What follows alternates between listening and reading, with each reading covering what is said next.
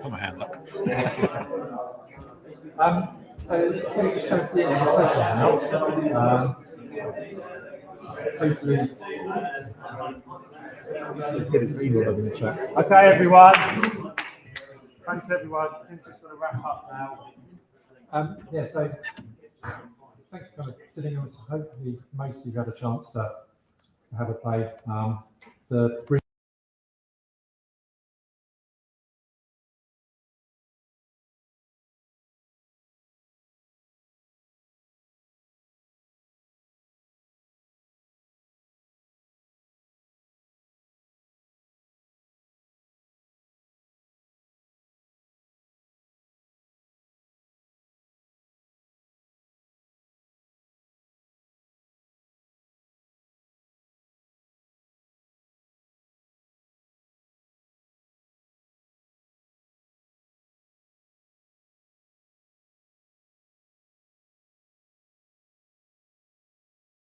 Goodness knows what that sound will like. There we go. Cool. Right. Okay, we've got one more session before the next Hang on. night. So it's Warren Vinall from Invita to talk to us now. Where's the notes? Sorry.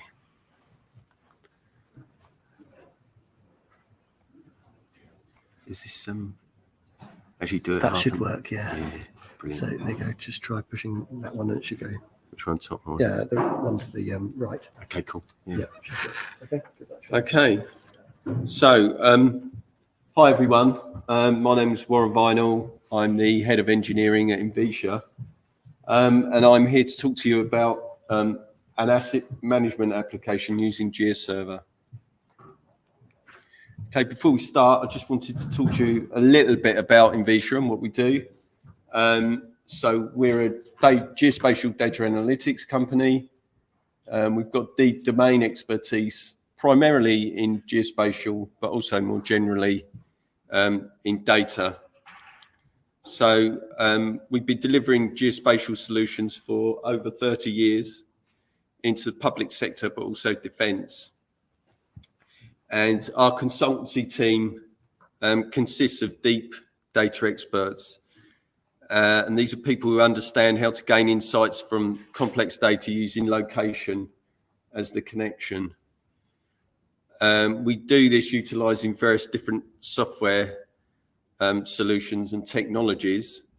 And that's a mix of open source, where applicable, but also third-party applications for whatever specific need. We also have our own geospatial visualization toolkit that's widely used in the defence sector. Okay, and there's a little bit here just talking about geospatial generally. And finally, I just wanted to mention that we've been looking to promote the use of open source software more widely. And this year we entered into a partnership with GeoSolutions to exclusively support their open source products in the UK.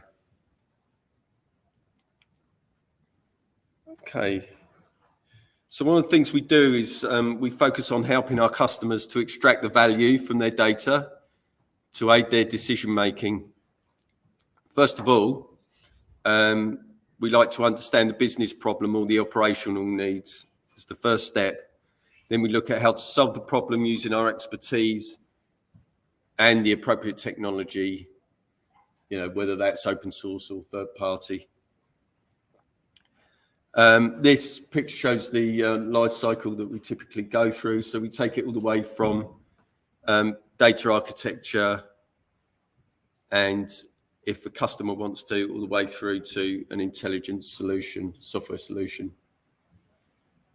We focus mainly on the data foundations as a starting point, and in that way we can make sure that data can be fully exploited. So starting with data architecture, moving through data modeling, etc., through the life cycle. We've been a success in delivering this expertise and the geospatial solutions to many different government customers. First of all, enabling Rural Payments Wales to calculate their farmers' subsidy payments, then ensuring the Environment Agency Flood Defences database is up to date, cleansed and available for use to protect the environment. And thirdly, for UK Hydrographic Office, so moving them from a paper-based geospatial system to a digital data delivery system for maritime data and charts. Okay, so the specific application that I want to talk to you about today materialised in 2016, so it's quite an old application. Suffolk County Council came to us and specified that they wanted us to partner with them to build an efficient and scalable web map application that would help them visualize and discover their property assets. And primarily they wanted something that was cost effective, easy to manage, and would be future proofed, because one thing that they wanted to avoid was vendor lock-in. So previously they had a legacy application, which was a licensed proprietary solution. So quite a lot wrong with that. It wasn't user friendly. The mapping was dated. The application was notoriously unstable.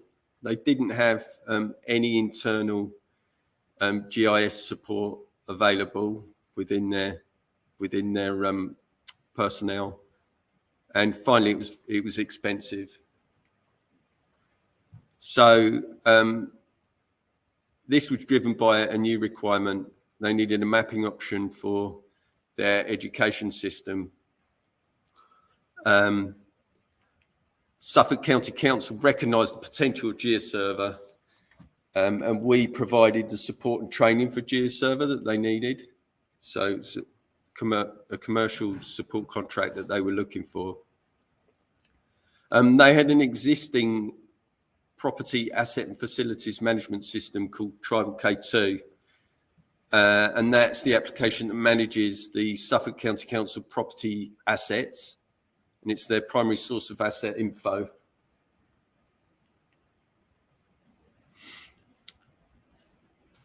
So this all pointed to us using a web application with GeoServer open source, providing them with a low cost and a much more flexible solution.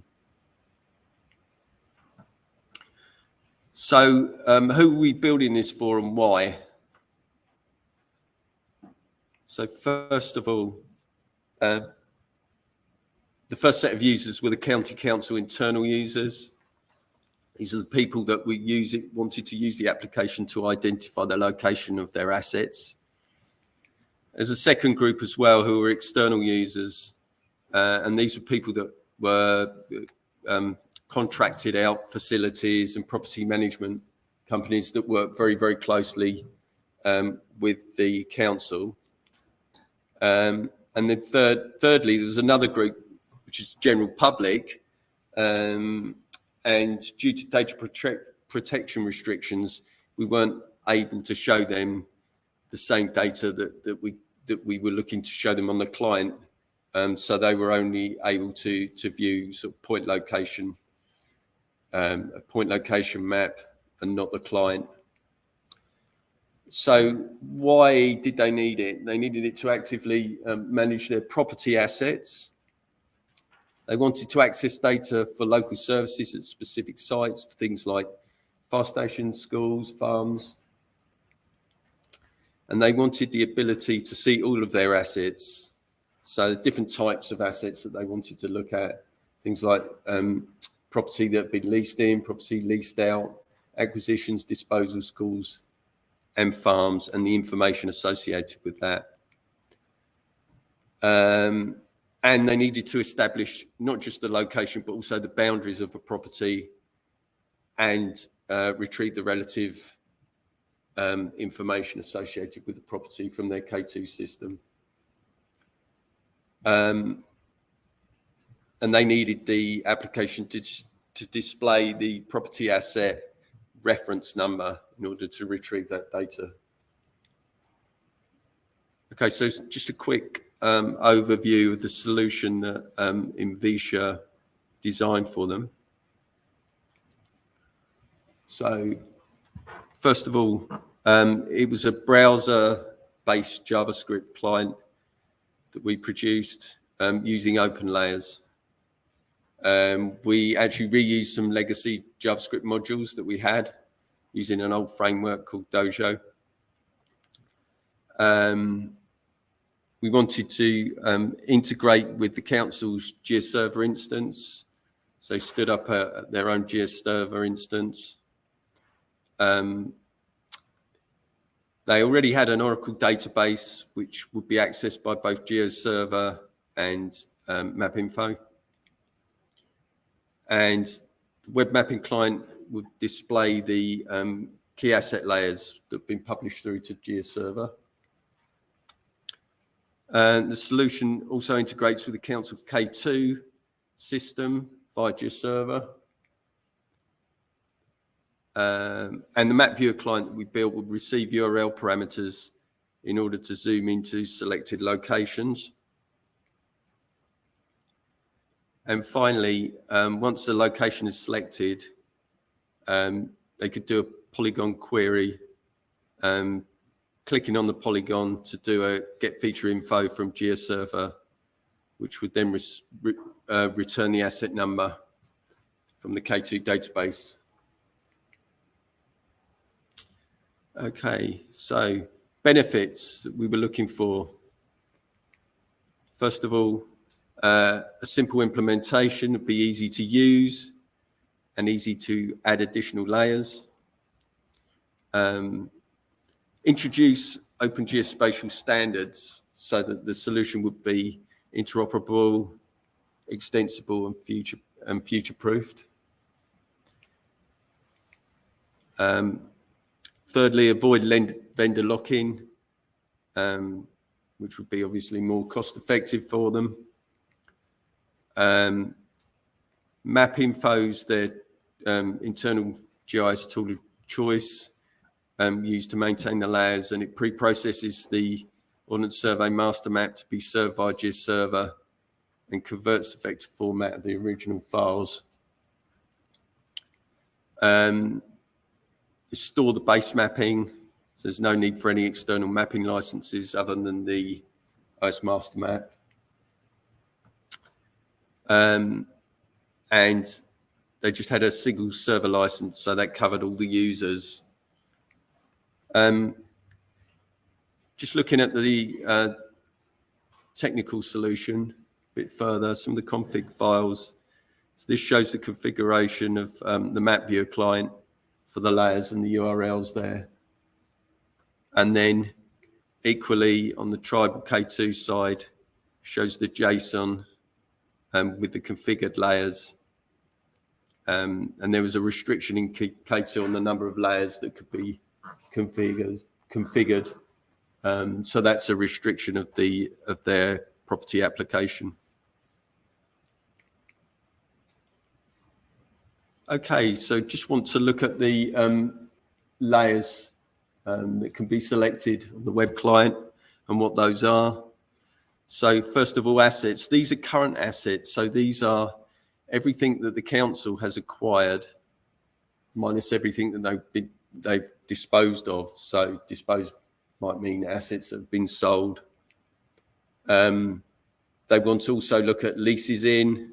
So any properties that have been leased in by the council, and also leases out, so anything that's been leased out externally. Acquisitions, this covers any property that the council has acquired ever. And and then disposals, anything that's been disposed of ever. And then specific sites, you've got schools. So for a specific school site, and we'll see an example of this in a minute, the actual school site might be smaller than the actual site that was originally acquired. And we'll sort of look at a good example of why that might have happened. And another type of site would be county farms. So county farms are typically big areas that the council would need to manage. And all the data layers are maintained by MapInfo. Okay, just want to show you a typical user journey. So in this scenario, a question that might be asked by the user is, where are the boundaries that I need to consider at a specific property? So the user would go into K2 and select the freehold site that they want to look at. This ensures that there's a polygon associated with the property that's available, that would be available on the client. Okay, so they can zoom straight into that polygon.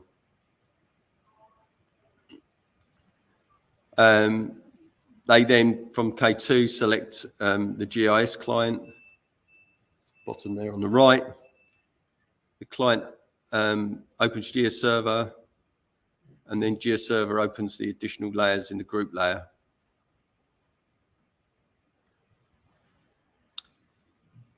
The map viewer client displays the base layer, which is the OS master map.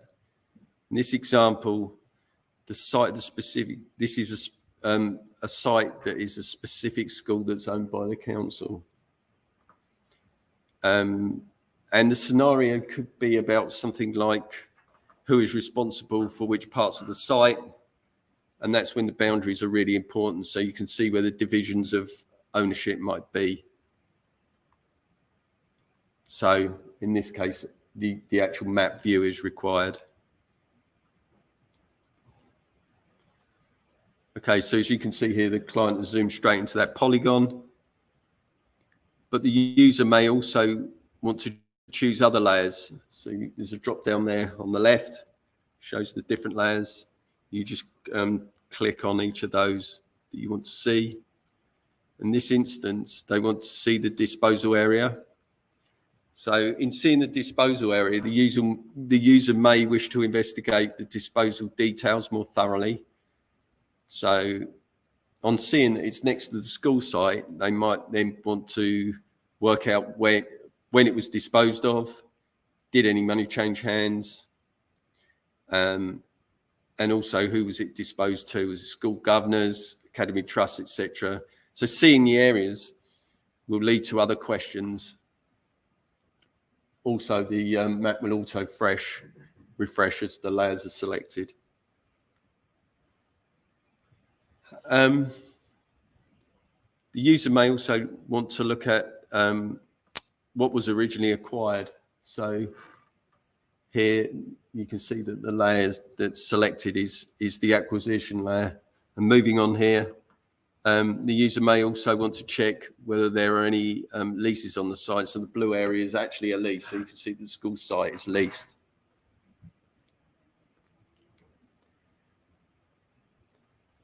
Typically, all of this is done before looking at the data back in the K2 database, and it provides them with a thorough picture of what's going on at the site, including the ownership, so they can then make informed decisions about how they want to manage the property going forward.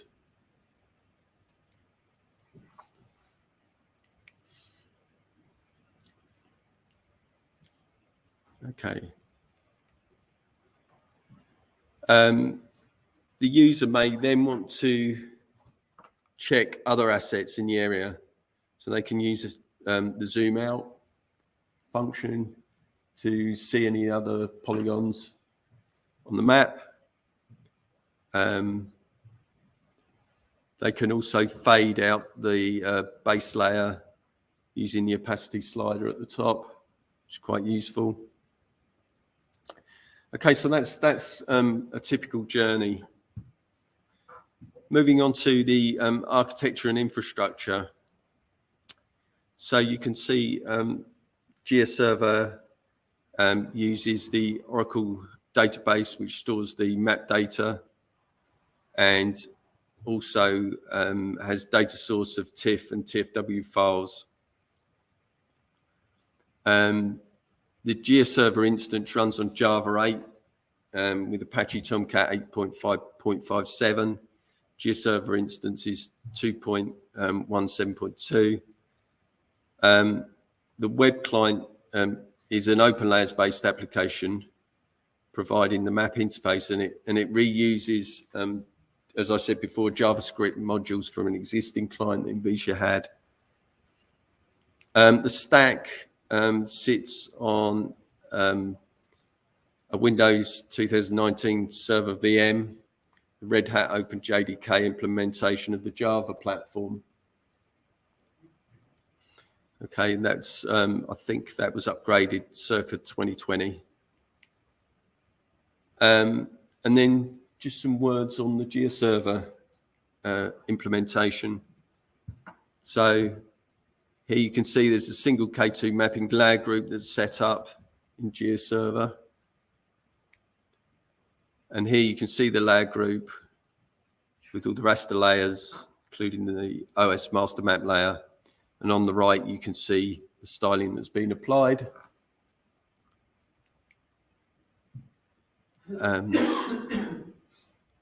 Here, they've got, as well as the production instance, there's also a pre-prod instance. So here you can see all the test layers that they've set up, and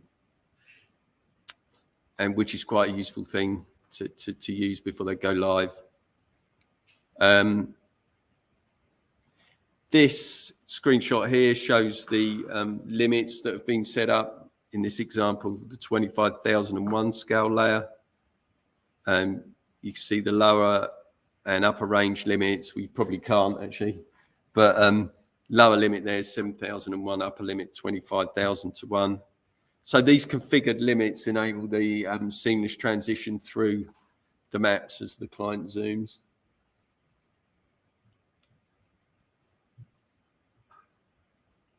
Okay, so the polygons are held on the Oracle database, so there's a screenshot of that configuration. Using GeoServer Map Preview, you can see single raster layers, or you can see the combined layers view here on the right. Okay, some of the data sources. So a high-scale base mapping on the survey raster formats. The map images, so the TIFF and TFW files, are served as an image mosaic. This is something that GeoServer has that simplifies the configuration. So it's a type of data store that provides access to a single folder for multiple TIFF or whatever files. MapInfo doesn't enable the use of GeoTIFF, which is why we don't use GeoTIFF. So the lower scale base mapping on the survey master map is used for positional sense of where the asset is located. And that pre-processed file is held on the Oracle database. The GeoServer Oracle database extension is used to access the database for the asset vector data.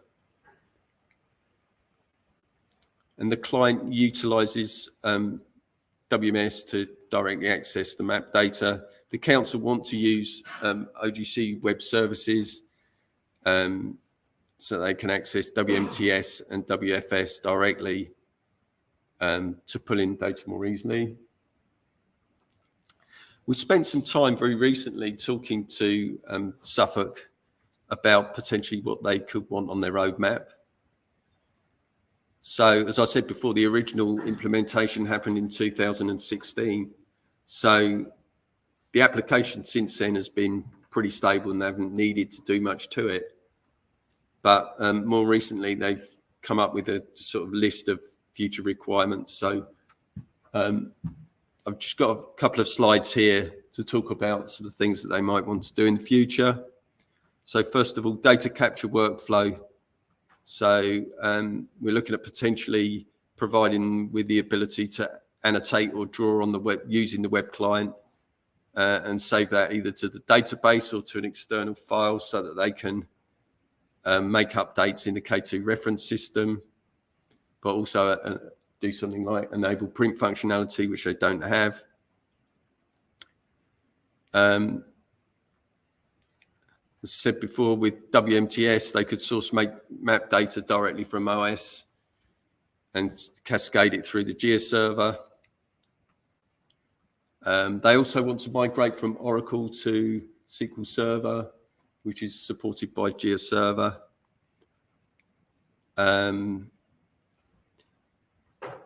Also, as I said before, there's a slight limitation in using K2, because if a property isn't freehold, then users are restricted and they're not able to directly zoom into that property. So the way around that is for them to choose a property nearby, zoom into that, where there is a freehold, and that's how they navigate to it. So we're looking at potentially whether or not we could export the freehold assets as a gazetteer, so they can search those assets, and that gazetteer would provide the reference detail and a lookup. Also, it needs to be upgraded for full browser compatibility. So another requirement is for public accessibility, which I touched on earlier. The county council are obliged to publish their data. So things like vacant buildings, location of those buildings, and location of the assets. There are data protection restrictions on how much they can make public. So as I said before, they're only able to show point on map and not polygons. Currently, there's no external county council mapping portal, and that's becoming a statutory requirement for them. So currently they use Google My Maps, and the reports generated from K2 and linked via a CSV file. And that means that they need to ensure the data's up to date. They need to refresh the Google Map and the data regularly.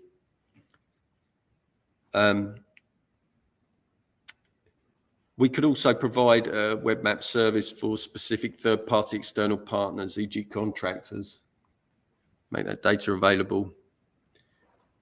And we could also show public data in a different way, i.e. show different types of properties.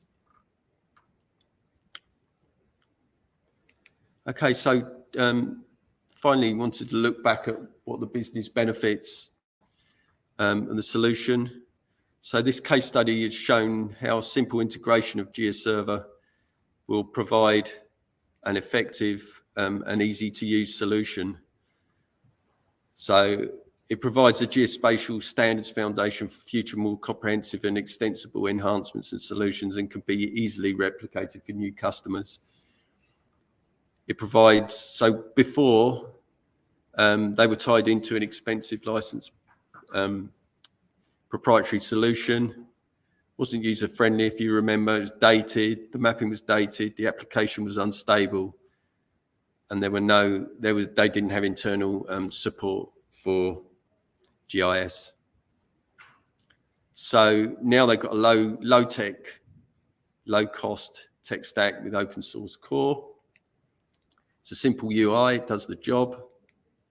It uses the latest OGC map formats. It's highly available and supported. It's not had any downtime. And they've got Invisha GIS support and training.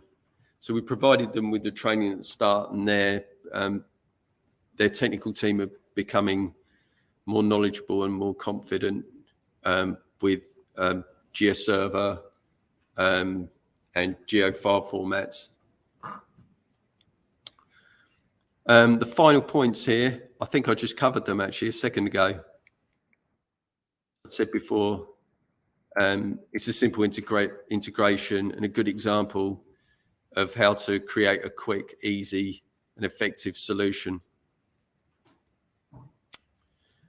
Okay. Any questions?